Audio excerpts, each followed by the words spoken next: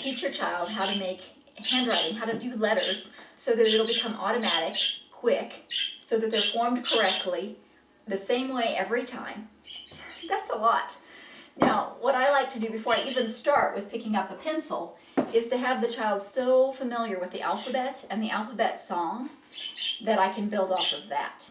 So up here I have a little arc of the alphabet letters, and I'll teach a child that the lowercase g, j, p, q, and y are the only 5 letters in lowercase that go into the ground. And when I say ground, I'm preparing them for this. This is a sky, a grass, and a ground board with the red baseline, but it'll help the child learn where on the lines that letter goes so they don't have a G floating in the sky. Okay? So then I'll go ahead and sing the alphabet song. I want the child to know this really well, backwards and forwards. I'll even sing it backwards. So when I do that, and after I've gotten them used to it, I might do it phonetically. A, B, C, D, F, G. And I'll also play some hand games. A, B, C, D, E, F, G, H, I, J, K, L, M, N, O, P. And you can see from my hands that I'm pointing down when I have a ground letter and pointing up when it's a sky letter.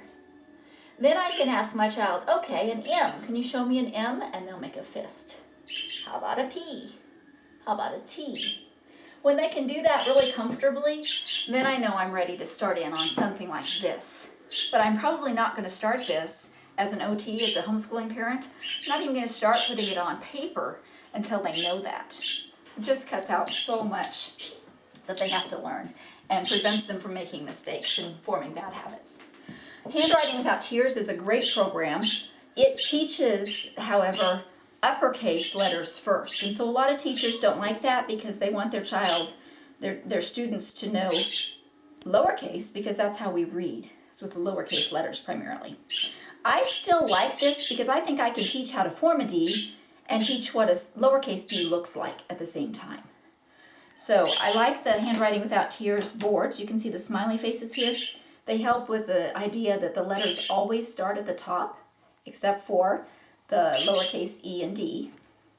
But by using these boards, I can talk about long lines, big curves, little lines and little curves, and I can teach every one of my uppercase letters this way. With the board, I can draw my own, have my child trace it, have them erase it with a red sponge, dry it with their fingers, and draw their own. And they have just had several repetitions.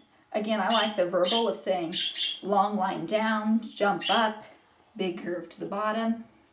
And they're hearing that over and over and over. That helps them to be able to memorize if they're not just a visual learner, they're hearing it. This is very kinesthetic. They can use wiki sticks, you can use cooked spaghetti noodles, you can use yarn, you can use a tray full of sand, anything where they're just kind of getting into it and just talking about the way it's formed before they ever have to do anything on paper. All right, then I'll move to this. This is just a poster board marked off with a ruler and watercolor painted for blue, green, and brown with the red baseline so that they then can take a dry erase marker and start to form their letters on here. And again, learning where their wormtails are.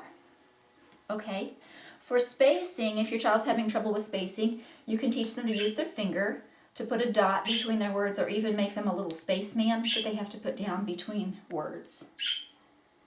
Make sure that you're saying sit on the baseline. That's really key to good handwriting. But you want your child to know to always start at the top. You want your child to know if it's going to be in the sky, the grass, or the ground. And you want them to form it the same way every time. Okay, that's all for now.